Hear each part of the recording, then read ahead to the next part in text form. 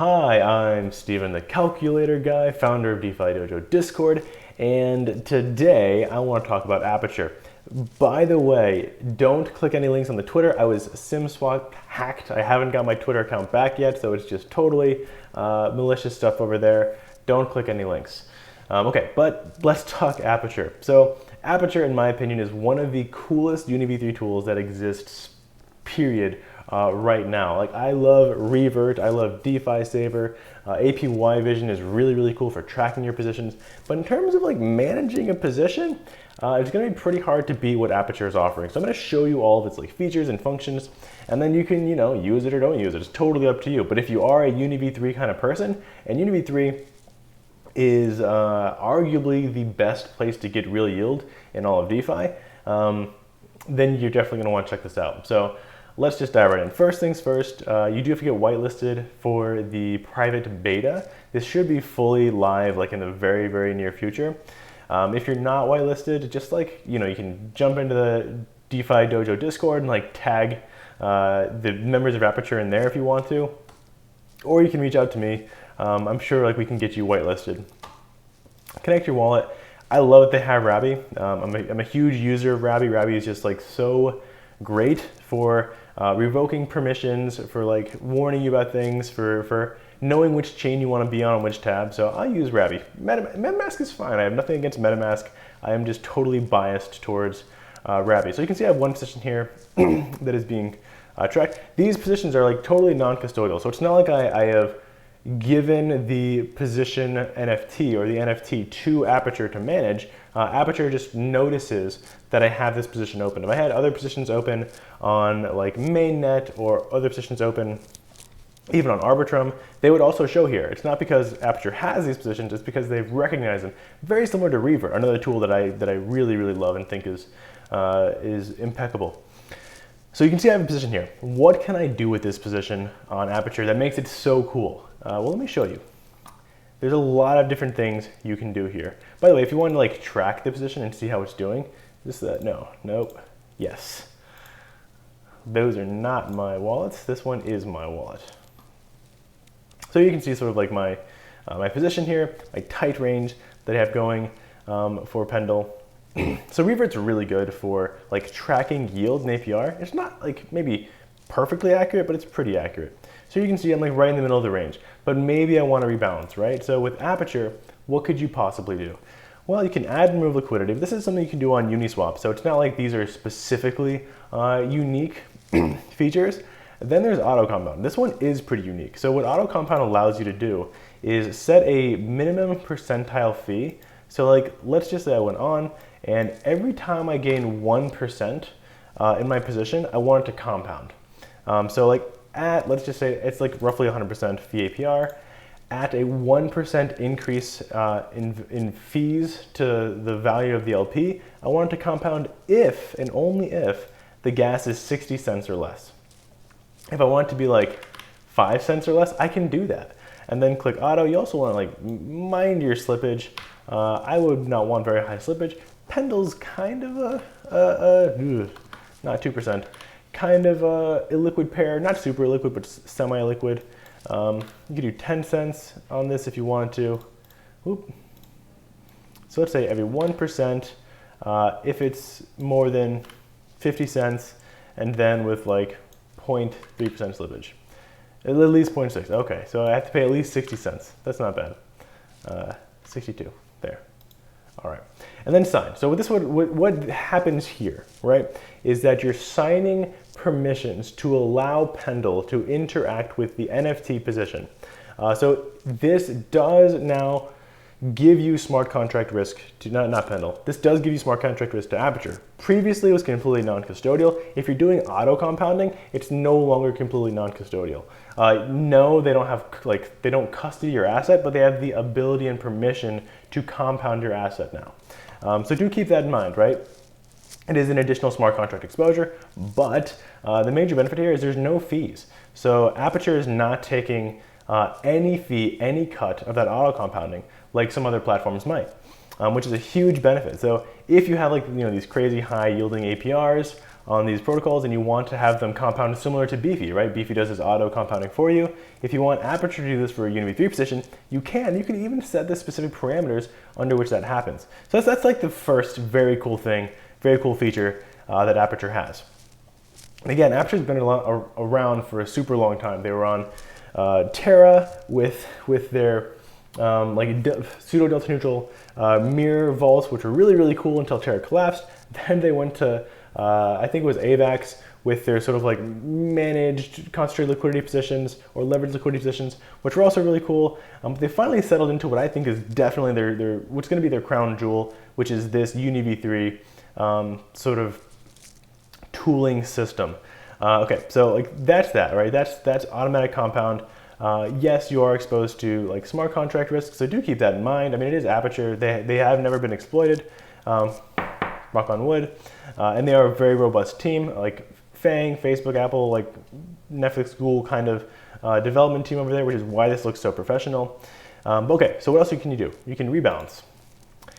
If you're like me, you have probably gone through great pains in rebalancing your UniV3 positions. When I rebalance, I have to do a lot of math to figure out what the range of a specific pair should be and how much I need to sell or swap. And if I'm doing that on mainnet and I mess up even once on those ranges, I end up paying like $50 in gas just to get it correct.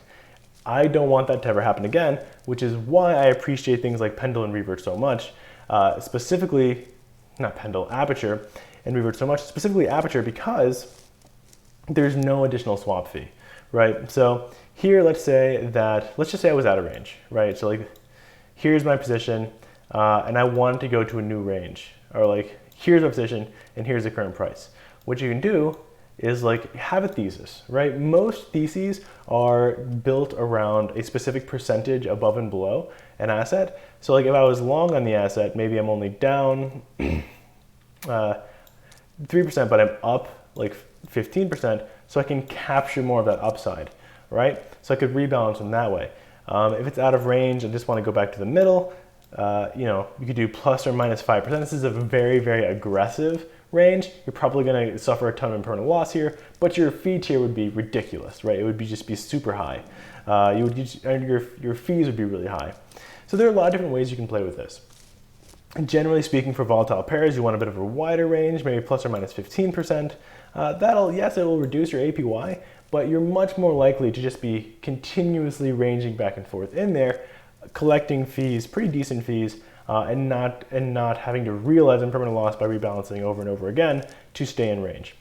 You can go by min and max here, but I just love the ease of dragging these things, and then rebalance. It'll just rebalance it for you. It'll swap the assets for you, enter for you. It's beautiful. From a UniV3 user standpoint, this particular thing is something that makes me incredibly happy. Absolutely, especially on ETH mainnet, where again, if you get one thing wrong, you're paying like $100. Okay, cool. Then there is automated rebalance. So what is automated rebalance? Automated rebalance is also with the rebalance, it's effectively non-custodial. What happens here is you sign a permission to give them the ability to withdraw the funds from, or rather to take the funds out of the previous NFT and create a new NFT with them. That's the exact same thing you would do if you rebalance your position, but they have no ability to access that new NFT. So the only permissions they have were the old NFT where the funds no longer exist. And you can revoke those permissions really easily. Just in case you're wondering, like, I can go to Rabby here, go to approvals, and then you can see sort of like how simple it is to revoke, if you want to revoke permissions. For me, let's see, down to Binance, Aperture. Okay, so this one, I know this, like if you just did the transaction, this would be the last one that popped up. You can click on it and you can see these are Uniswap V3 NFTs. So select all, confirm, and then what happens here is you have removed, and you can revoke these permissions. Super simple. Again, I don't anticipate any risks here. I'm just showing you all the cool things you can do as safely as possible while mitigating risk. So, all right, back to the dashboard. Let's click on this. The next thing you can do is automated rebalance. So with automated rebalance, you can effectively, and just literally, choose different triggers that will set a rebalance. This is still being worked on because there are specific features that would make this even cooler, and luckily they are working on those. So like if the price of Pendle, this is particularly good for like Pendle USDT pairs or volatile USDT pairs. Like if the price hits, let's say $50, you could say if the price is $50 for at least 2 hours, then rebalance to like a very specific range over here, right? So if this condition is met, the price is above $50 for more than 2 hours, rebalance. And there are a lot of times you'd want to be doing this, right? If your range is up to $50, then it hits that range, exits that range, it's been out of that range for 2 hours, rebalance. But this is not like in perpetuity. It only rebalances one time and that permission is gone, right? So again, this is not like perpetual permission like the auto compounding. This is a single time permission for the previous NFT. Ratio is something you're going to be using more with volatile pairs. So for example, if it goes 100% into wrapped ETH, which means that Pendle effectively has increased in value so much that now it's gone out of range. Now you're totally sold all of your Pendle into wrapped ETH. Then you can say, if that happens again for more than, let's just say 20 hours, please rebalance, and that would be at this end of the range. So you'd want to like start there, rebalance to some new range over here. Now in future iterations of Aperture, they're going to show this line at the future anticipated price here ratio, rather than having you sort of like do a bit of guesswork with this. Yeah, same thing with the slippage. So you can say like, if it is more than $1 to do that, don't do it. If it's more than $5 to do it, don't do it. Clearly with mainnet, it's gonna be a little bit different. You're gonna have more gas. And then finally time, which is just rebalance after some set amount of time. Now this is better for like your wrap staked ETH positions, as wrap staked ETH is just increasing in value relative to ETH. And maybe you've like developed some sort of heuristic. So every 7 days you want to go up by like 3 ticks, right? You could do that with this. Again, it's only going to do one rebalance. In the future, there will be automated perpetual rebalances, but that's going to expose, like, that's like Gamma or Arrakis, where you're going to have just like sort of long-term smart contract exposure here. Again, I don't anticipate risk. I'm just letting you guys know what your risks would be. All right, so those 3 things are the coolest things I think you can do on Pendle. The next coolest thing, or like the basic things you can do, the next coolest thing you can do is limit order. So this is a feature that just got launched, and is a feature that I think everyone really wants, or at least people who have been in DeFi for long enough to experience some short-term volatile plays really want. A limit order allows you, let's just say you have ETH, and you want to sell your ETH at a certain, let's do USDC, it's a really liquid pair. Let's say an Arbitrum. Let's say you want to set up a limit order for your ETH. Now, probably you'd be doing this with more like volatile assets that you have a specific thesis on. I know like right now, another example of this is like Plezarb or Plutusarb, where people think that the seeding of the liquidity will have a positive price effect. It already has had a positive price effect. And you want to sell when Plezarb gets to, gets close to 0.9 ARB. Let's just say you have like 100 of these and 0.9. Okay, this is, okay. Will this work? Why? Okay, so we're having some technical difficulties here, probably because this token is not supported. The reason why this token is not supported is because there is a fee tier that is not supported here. But let's just say like ETH as an example, ETH to USDCE, and you want to sell it at, let's say, 2,000, not 20,000.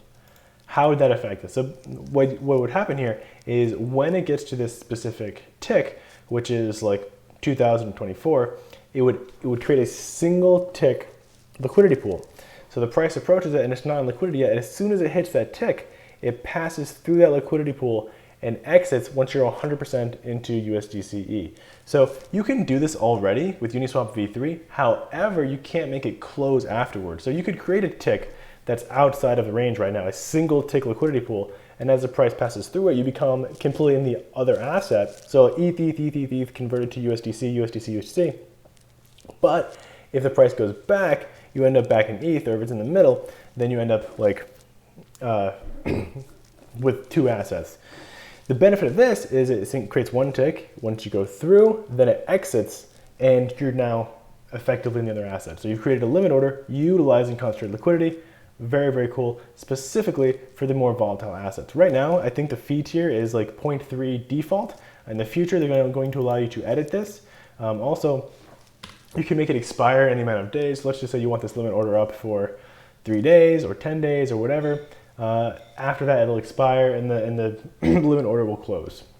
So all in all, I think that Aperture is this really cool next level tool for UniV3 management and like position control, strategy building, etc.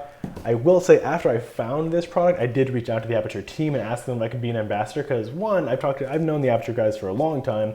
I was lukewarm on their Alpha Homora product, their product on AVAX. I love their product on Terra, and this product to me is the most exciting. So I reached out to them, asked about becoming an ambassador. They said yes. So I am technically an ambassador for Aperture. So this is not a completely unbiased video, but I will say everything I've said, it is my own personal opinions, and I do have liberty to give all of those. So check out Aperture. It is seriously cool, and they are launching on a variety of other chains in the near future. If you have any questions about how to use Aperture, there is a super interesting section in the DeFi Dojo called Concentrated Liquidity, where we just talk about things, all things concentrated liquidity. Constantly, we actually have professional concentrated liquidity managers in there. If you want to come hang out with them, join the DeFi Dojo Discord. Link in the description somewhere. Again, my Twitter is still compromised. Do not click any links on the Twitter. If you know how to get your Twitter back or recover your Twitter back from a SIM swap hack, let me know. I would love to find out. Thanks so much for watching, and have a wonderful rest of your day.